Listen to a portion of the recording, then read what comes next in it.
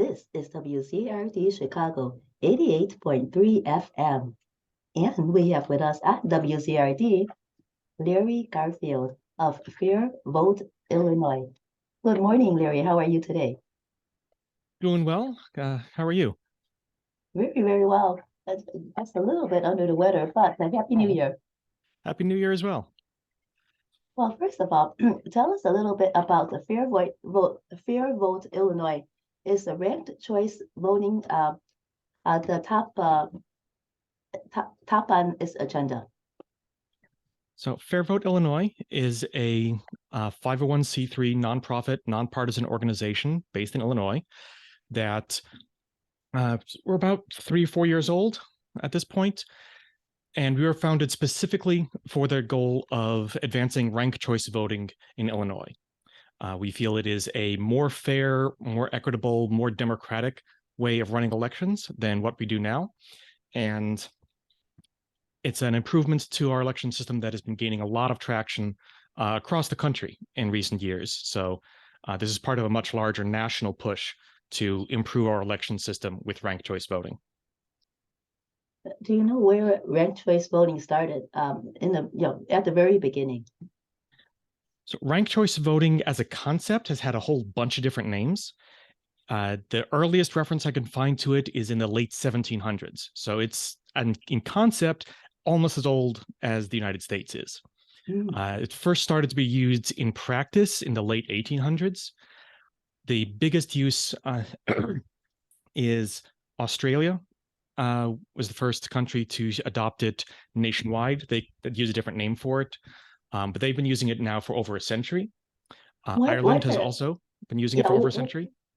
Sorry, what are the various different names of ranked choice voting? So just in case we run into it, then we know that that's a different name for ranked choice voting. These days, ranked choice voting is the most common name that gets used.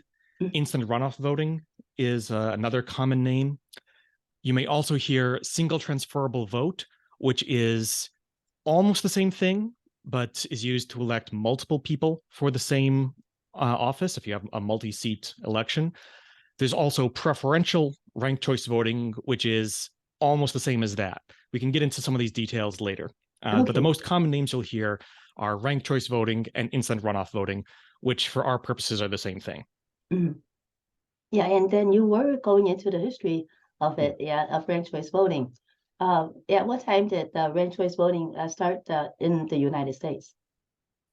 So there were a couple of cities that used it early in the 20th century and then dropped it. More recently, in the last 20 years or so, since around 2000, a number of cities have adopted it and kept it. At this point, major names include San Francisco, Berkeley, Santa Fe, Minneapolis, St. Paul, New York City, have all adopted, Portland, Maine, have all adopted ranked choice voting. In 2018, the state of Maine used ranked choice voting for the first time nationwide, statewide, for state level elections and governor and Congress. And since then, they've also moved it to presidential elections as well. So in 2020, they used ranked choice voting for their presidential election. Alaska just adopted ranked choice voting and used it for the first time last year, and it went very well there. So, it's growing in leaps and bounds. There's now, I think, around 60 cities in the US that have adopted ranked choice voting. Not all of them have used it yet because, you have to pass it in one election and then use it in the next. But it's a very rapidly growing list, and we're happy to see that, and we expect to see that list get larger over time. Do you know why those jurisdictions had it and then dropped it? Why would they drop it? I'm not sure for the ones in the early 20th century. I just haven't looked into that. There is exactly one city in the 21st century that has adopted ranked choice voting and then dropped it. And that is Burlington, Vermont, where they adopted ranked choice voting, then had a very low turnout election after that, because none of the candidates were very good, quite frankly. And someone won who was okay in terms of popularity. Once he was in office, got caught up in scandal. And so there was a big push from supporters of one of the other candidates to throw out ranked choice voting, throw the baby out with the bathwater, essentially. And almost all of the votes in another low turnout election to get rid of it came from the area that candidate was very strong. They have since brought ranked choice voting back. I believe in 2020 they voted to bring it back because they realized actually throwing the baby out to the bathwater was a bad idea. So ranked choice voting does actually work. Let's do that. So in recent memory, that's the only case of a city backing off from ranked choice voting, and they went back to it anyway. For counting the ranked choice votes, do you do you know if most jurisdictions count the votes the same way, or are there various different kinds of counting systems? At least in Illinois that you know about. So in Illinois, we are not using ranked choice voting yet.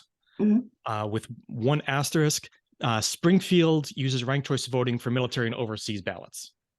There's a number of jurisdictions around the country that use ranked choice voting for military and overseas ballots.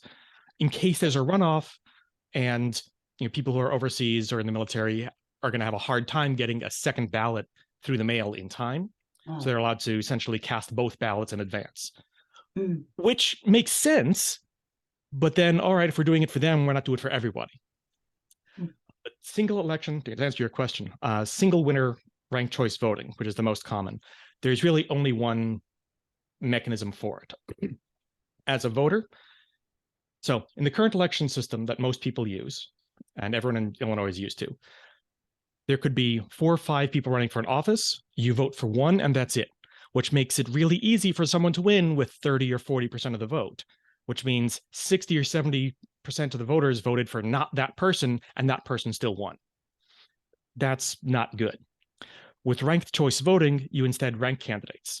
So my first choice is so-and-so, my second choice is so-and-so, my third choice is so-and-so, as far as you want. We then count first place votes only and see, does someone have a majority? If someone has 50%, great, we're done. If not, we eliminate the last ranked candidate who is clearly not going to win and count those voters' second place choice instead. So it's the same process as having a separate runoff election, except you only have to go vote once. It's like having a backup vote. And so, the candidate who is eliminated, their voters, we count their second place choice and now see, does someone have a majority? If so, great, that person wins. If not, do it again. And you just keep doing that until someone has a majority. It's a fairly straightforward process. And the result is that whoever wins has a majority, even if they're not everyone's first place choice, they're still the candidate most people are most okay with. When they're counting the second choice, do they add the results of the second choice with the results of the first choice, or is it only all the second choices of all the ballots? It's all together. The idea is that if you were to look at an individual voter and say, all right, who's your first choice? Oh, it's Bob. Okay, Bob's not going to win, so who's your second choice? Alice. Okay, Alice isn't going to win, so who's your third choice? Jane. Okay, Jane wins, because when you do that enough with every single voter, Jane ends up with 50% to support. If you're a voter who voted for Jane in the first place, then, okay, your vote is for Jane, and it counts the same as anyone else's vote for Jane. So this way, you as a voter, your vote always counts and it always matters, even if your preferred candidate is someone who's not super popular. As a candidate, so as a voter, that means you don't need to think strategically. With plurality voting, which is what we do now, it's common to have to think, all right, I like this candidate, but they're not going to win. They're not super popular, but I hate this other candidate. So who's the candidate most likely to beat the candidate I hate? And you start thinking in that way and like, all right, but what is everyone else doing? That's terrible. That's just a bad way to run an election. It's bad for the voter. It's bad for the system. With ranked choice voting, if your preferred candidate is someone who is unlikely to win, but you still want to express support for them, you can. And so, for example, if your preference is for the Green Party candidate, you can vote first place for the Green Party candidate, knowing that they're not going to get a majority, but that's fine. Your second choice is probably the Democrat, but it might not be. It's up to you. But this means that you can genuinely express your support for your preferred candidate and still have an impact on the final result. And if there's a lot of people in that situation, it may turn out that there's a lot more support than we thought for candidates who are not the bog standard Democrat and the bog standard Republican. So it gives us a richer sense and a richer knowledge of what the voters' actual preferences are, while ensuring that every voter's voice does end up actually counting. Okay. So after we go through the first round of voting and round of counting, the first choice, then when we go to the second choice, let's say there are 50,000 voters, and then so there will be 50,000 second place votes that are counted. So will both sets of votes be counted together to see who has the most votes? So let's say there's 50,000 votes spread across 4 candidates. Mm-hmm. And the fourth place candidate gets 5,000 votes in the first round. Okay, that person's eliminated. And those 5,000 voters, we count their second place choice instead. The other 3 candidates, nothing happens with them. We're just asking, okay, of those 5,000, 1,000 of them go to candidate A, 2,000 go to candidate B, 2,000 go to candidate C, because that's how those particular voters listed their second place choice. So if your first place choice is not eliminated, nothing happens. Your vote is still for that person. Do you know what this vote counting system is called? That's ranked choice voting. Even the counting system, that's ranked choice voting is what we just described. Okay. Also, again, instant runoff voting, so-called because it's the same process as if you had a runoff election, but you don't need to spend the money for a second election several weeks later. You just are done in one round or one voting day. Yeah, because I just read in some article that there are several different kinds of counting for ranked choice voting, and I thought that this kind of counting maybe is under a certain name. That's all. Now, they may be talking about ranked choice voting versus proportional ranked choice voting, and that's where you're electing multiple people at the same time. So, for example, in the Chicago area, our water board is elected. There's several people running, vote for 3 of them. And a number of cities in the area have a city council or a village board that is elected at large. In those kind of situations, you can use proportional ranked choice voting. For the voter, it looks exactly the same. So you go in, you rank your candidates in preference order, and you're done. You don't have to worry about strategic voting or anything like that. The counting then, instead of a threshold of 50% to win, the threshold is 33% or 25%. And then, all right, has anyone reached that threshold? If not, we do the same thing. If someone has reached that threshold, then we count a fraction of their supporters' second place choice based on how many excess votes they have. So, for example, let's try to make the math easy. Let's say there's 100,000 votes, and the threshold is going to be 25%, and someone has, the first place winner has 40,000 votes. They only needed 25,000. So we take, that other 20,000, that's like 40%, something like that. So we count a fraction of those voters' second place choice for other candidates. The idea here is that it avoids, one person runs away with it and everybody loves that person, so people who voted for that person have no say in who the other people who get elected are. So it eliminates that problem. So it kind of whittles the list down from the top and bottom that way. It's a little bit more intricate on the counting side, but it has been used, just not as much as single seat ranked choice voting. I believe there's a city in Massachusetts that uses that mechanism. But in practice, those are the two main ranked choice voting versions, is just single winner and multi-winner. For the multi-winner, if let's say the first place winner, you say he has 45,000 votes or something like that. So he or she only needs 25,000. So did you mean that 20,000 of that person's votes will then be scrutinized and for their second choice, and then use their second choice for the to determine the second place winner, the next winner? So this is where proportional RCV gets a little odd when you first hear about it. And to be clear, FairVote Illinois, we're supporting ranked choice voting of any variety, so single winner or multi-winner. We support both. Let's make the numbers easy. Let's say there's, the threshold is going to be 25%. There's 100,000 voters, and the first place candidate just runs away with it, and they get 50,000 votes. Okay, so they have twice as many votes as they need. So all of those voters, all of those 50,000, we count half of their second place choice. So it's like we split their vote into half for their first place choice, half for their second place choice. So the first place candidate now wins with 25%, and all of those voters get half a vote for their second place choice. This, the advantage here is that, you don't want, the goal is to avoid strategic voting. And if so-and-so is going to win, no question, they're going to get elected.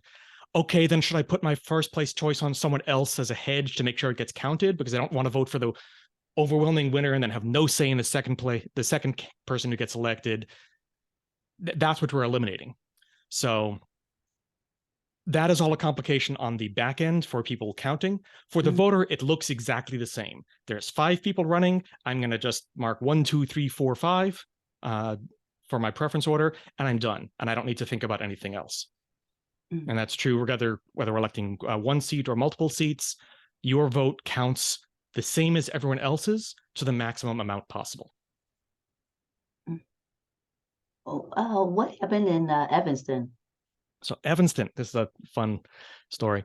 So FairVote Illinois is advocating for ranked choice voting, and we've been pushing it at the state level.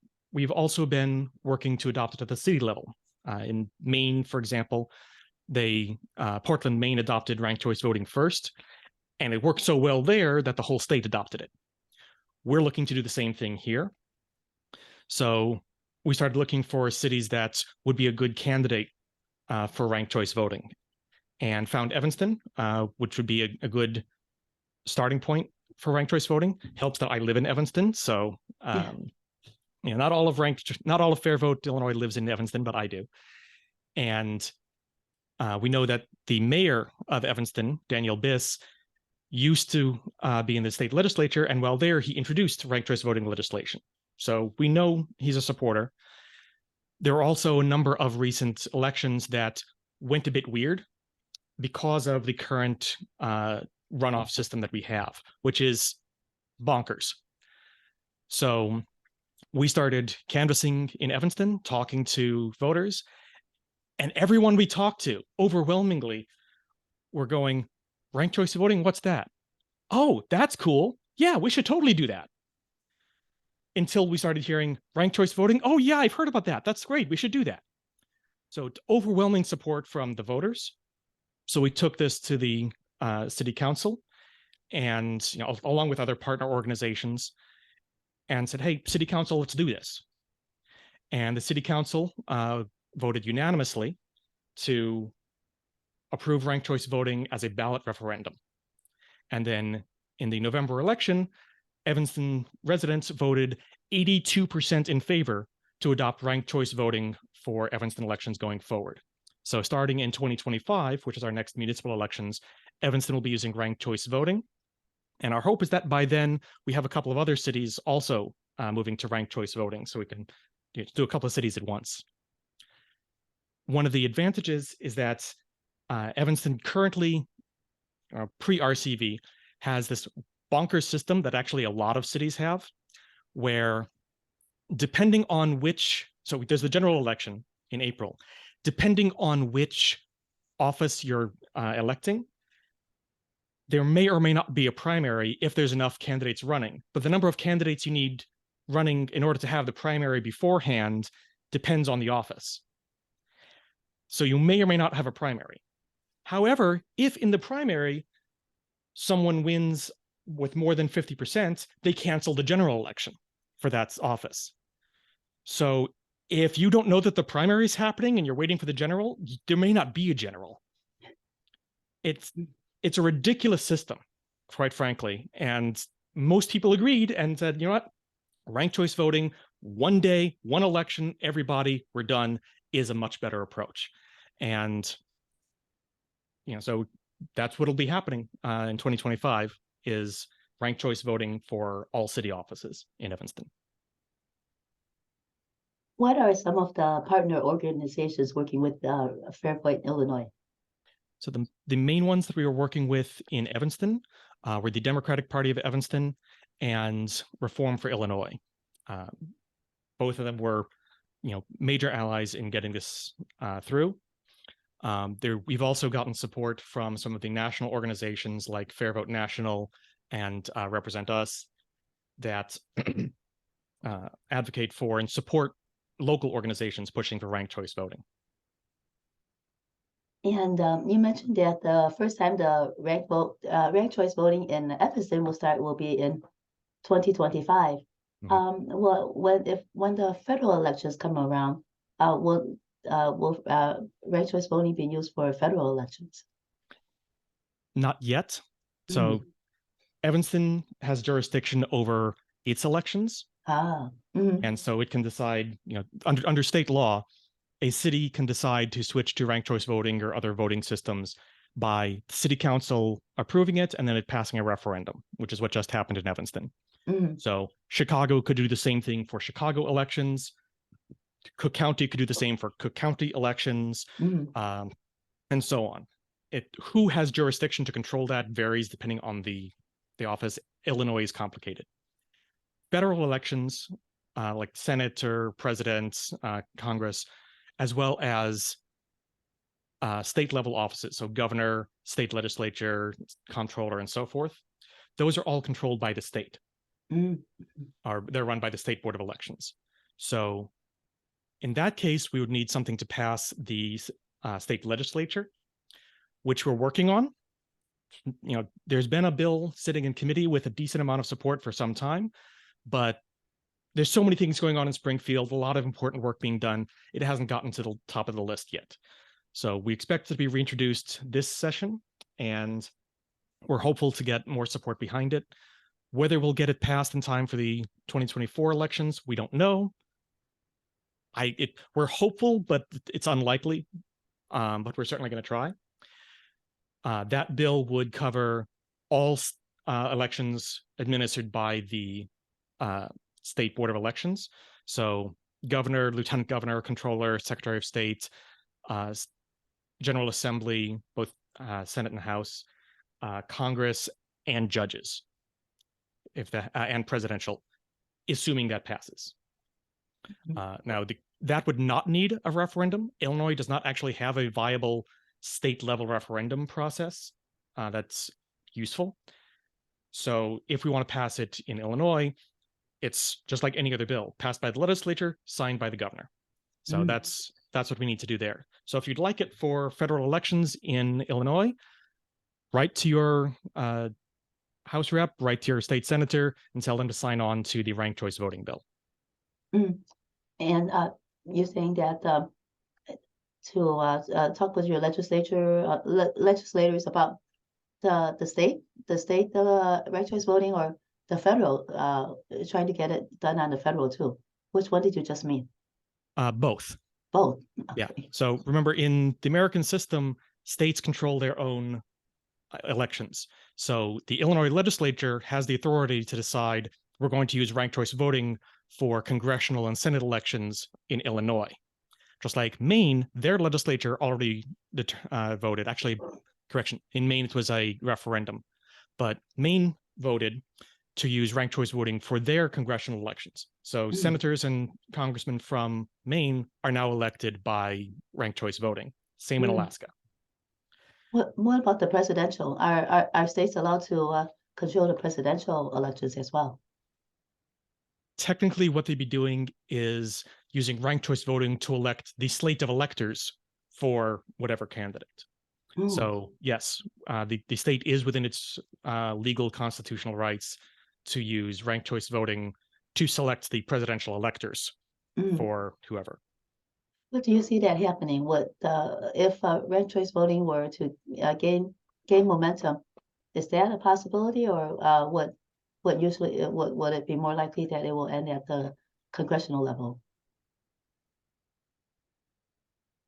I think there's a very good chance that Illinois will adopt ranked choice voting for state and federal elections at some point. When, I don't know, but I am confident it'll happen eventually.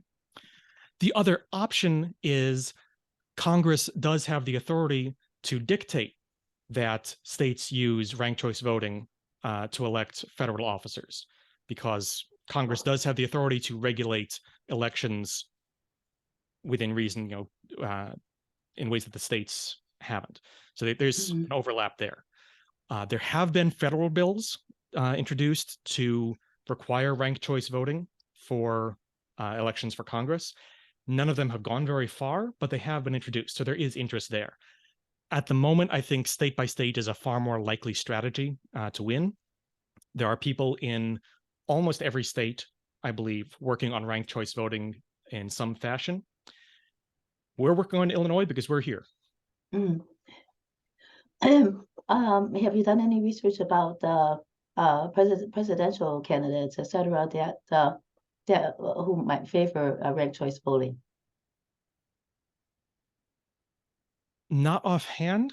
I don't recall if there have been any interviews with the 2020 candidates for whether they would support it or not. I do know that all of the Democratic candidates eventually ended up endorsing the what eventually became the Freedom to Vote Act. It's also called the For the People Act, or HR 1, which included a raft of political and election reforms, but not ranked choice voting. So I'm not sure where that stands, and I'm not sure who's going to be running in the next presidential election, so I can't speak to them. But yeah. How much money could you calculate would be saved if we were able to eliminate a runoff election? That's going to vary depending on the jurisdiction. I know Chicago in 2019 had a runoff election at the cost of around $3.3 million. So, yeah, and it looks like there's going to be 11 candidates for mayor this time around. There's some aldermanic districts where there's 20 people running for a single aldermanic district. Guaranteed there's going to be a runoff, which is going to cost probably more than $3.3 million, just accounting for inflation in the last couple of years. So I think it's a reasonable guesstimate. The city can save like $3.5 million by eliminating the primary or the runoff. It also means they could move the election, just keep the April election, not the February election, and we can vote in nicer weather instead of when it's freezing outside, which I'm sure would make a lot of people happy and be good for voter turnout. And then, what could the city do with an extra $3.5 million? That's a lot of teachers. So the primary election now in February, how much does that cost? Does it cost about 3.3 million as well? I believe it's roughly the same for each time, because there's roughly a fixed cost for hiring election workers, for reserving rooms, for printing out the instruction sheets, for setting up the computer equipment. It's roughly the same price each time we have an election day. So if we can eliminate an election day, that eliminates one round of that cost. Now, for a city like Evanston, which does not administer its own elections, it's not going to impact their budget really, because the county is responsible for the elections. So it'll potentially save a little money for the county. If the entirety of Cook County adopted ranked choice voting, then the county board of elections could save a significant amount of money there. I don't know offhand what those numbers are.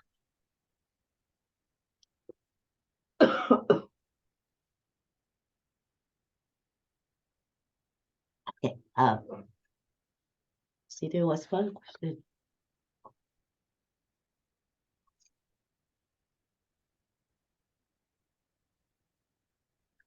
But one thing to note, many municipal elections in Illinois, including in Evanston and Chicago, are nonpartisan. So we don't have a partisan primary. We just have one big pool of candidates, regardless of party. For state level elections, obviously we do have partisan primaries, and the bill that we've introduced in the state legislature would not change that. So we would still have a partisan primary followed by a general election, but each of those individually would use ranked choice voting. There are states that have adopted what's called a top 4 or a top 5 model, which eliminate the partisan primary. They just have one big primary. There are pros and cons to that. We think that's unlikely to pass the Illinois legislature, so we're not really pushing that here. But there are states like Alaska that have gone that route.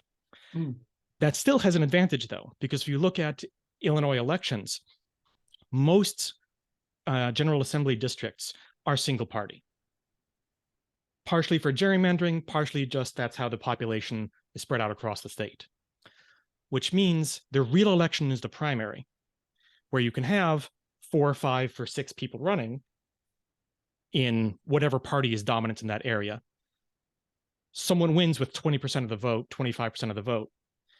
They then walk away with a general because there's no one else running. And then no one from their party tries to run against them because that's rude. And so they have a job for life after having been elected by a quarter of the people in the dominant party who were interested enough to bother voting in the primary. So a tiny sliver of the voters in that district have elected someone for a decade or two. Ranked choice voting is not going to fix all of that. Doesn't fix gerrymandering, for example. But it does mean that in that primary, you can't have someone win with 20%. They have to have broad support, at least within their party, in that primary. And that generally leads to less extreme candidates and candidates who are more electable, because if they're drawing from a broad base of Republicans or a broad base of Democrats, they're probably going to appeal more to Democrats or Republicans, the opposite party. So Virginia, for instance, the Virginia Republican Party has started using ranked choice voting for their primaries, and they've seen their candidates do better because the candidates that ranked choice voting selects are more appealing to more people, which is exactly what we want. For the, let's say now we have in Chicago, the police district council members.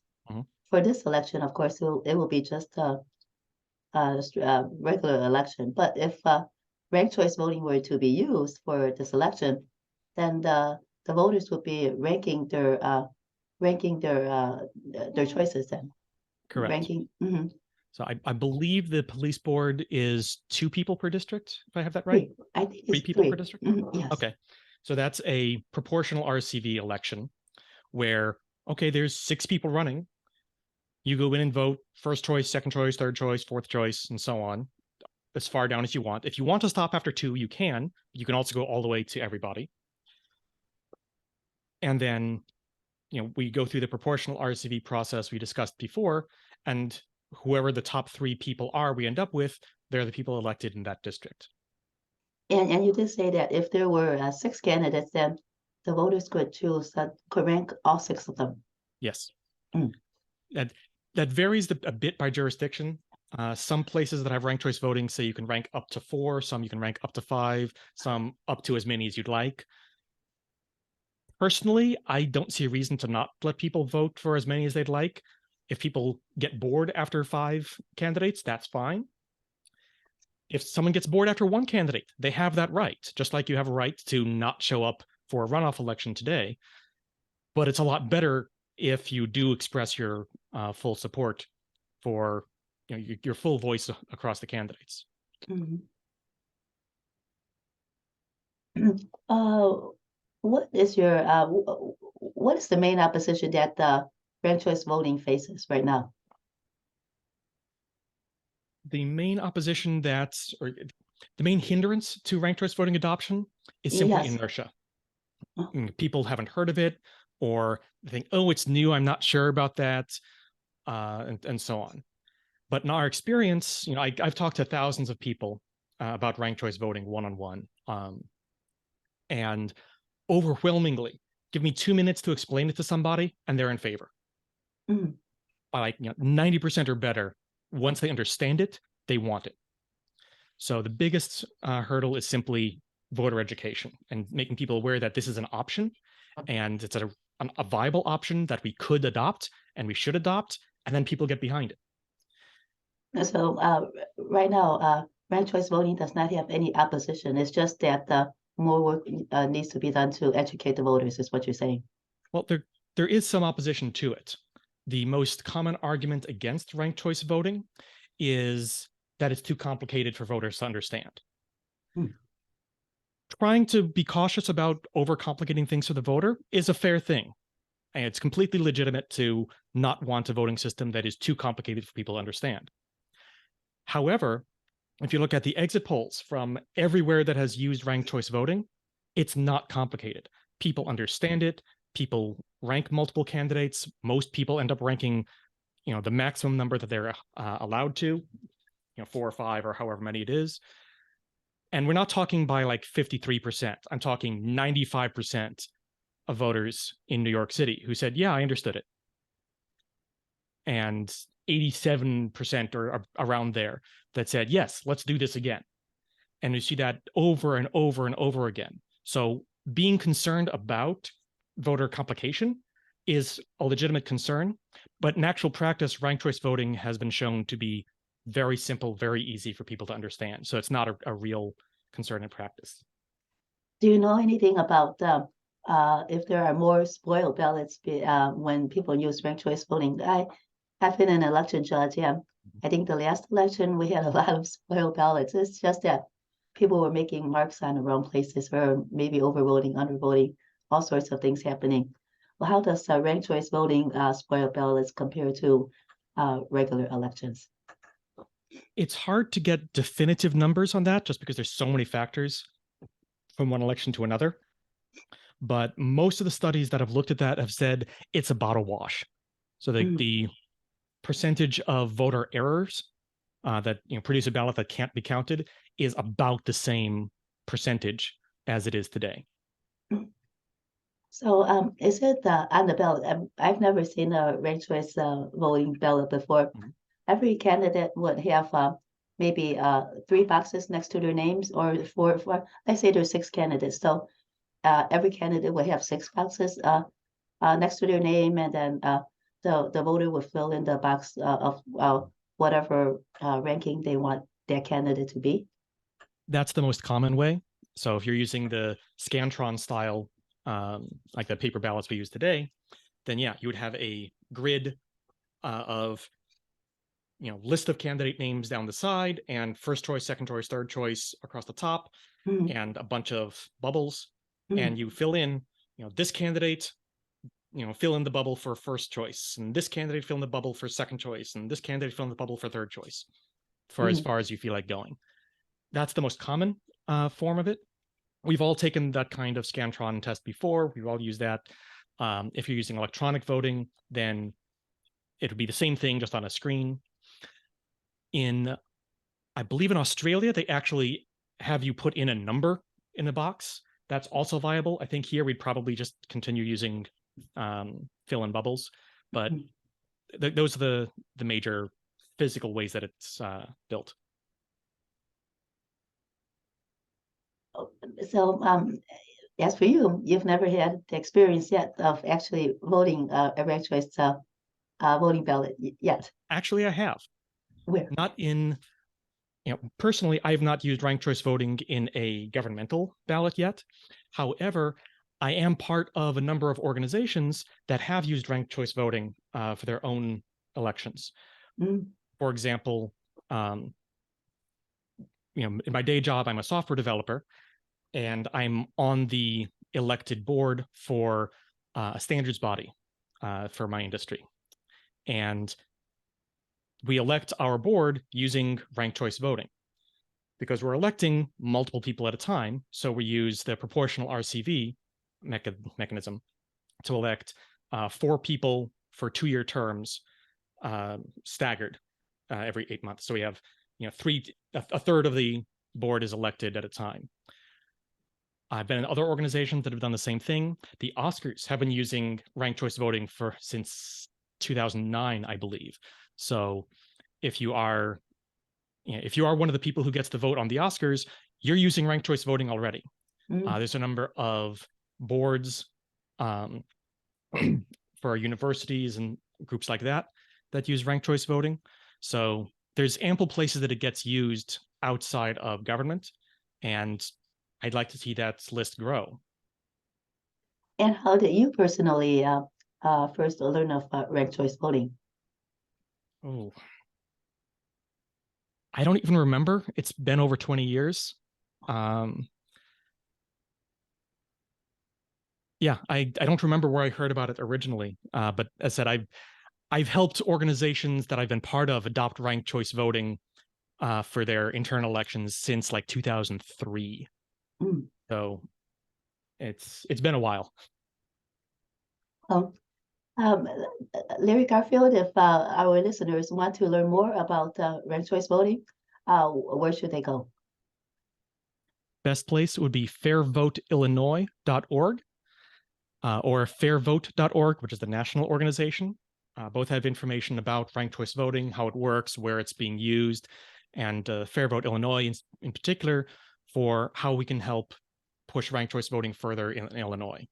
We're looking at a number of cities to work on next to adopt ranked choice voting. It's undecided if Chicago is going to be one of them. It's a big target, but at the same time, I've been at events where I mention ranked choice voting and people applaud. So there's already interest in it. There's already some movement for it. Could we, obviously we won't use it for this election, but could the city council decide, hey, we're done with having this weird runoff with 15, 20 people running for an office, all fighting each other? And wouldn't it be better if they could collaborate as candidates rather than fight each other? So I can certainly see the city council after the election deciding this is nuts. Let's not do this again. Let's switch to ranked choice voting and save millions of dollars and have a more representative city council, have a more representative mayor.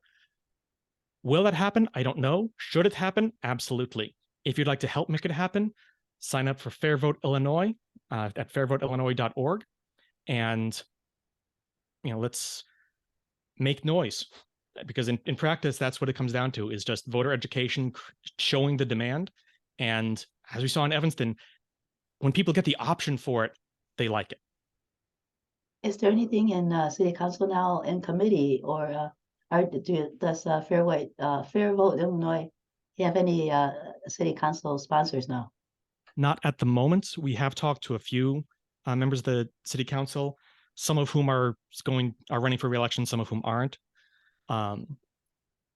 As with the state level, I think it's mostly a matter of there's interest, but there's a lot of other things on the agenda. And so far, no one has been willing to step forward and say they're going to champion this issue as their thing. No one wants to put their neck out yet. That's why if we generate more noise, generate more interest, ask about it at ward meetings, then that makes it more likely that someone's going to stick their neck out and say, all right, I'm going to support ranked choice voting and push that for the city. And do you know if FairVote Illinois has spoken with Mayor Lightfoot, Cook County President Tony Preckwinkle, and Governor Pritzker about ranked choice voting? I don't believe we've spoken to them specifically. So I don't know where they stand. Yeah, I don't want to commit and misspeak for them. So I don't know where they stand. Okay. Well, Larry Garfield, thank you so much for joining us here at WZRD Chicago 88.3 FM today for a lot of valuable information, and we'll talk again soon. It's a lot of fun. Take care. You too. Thank you.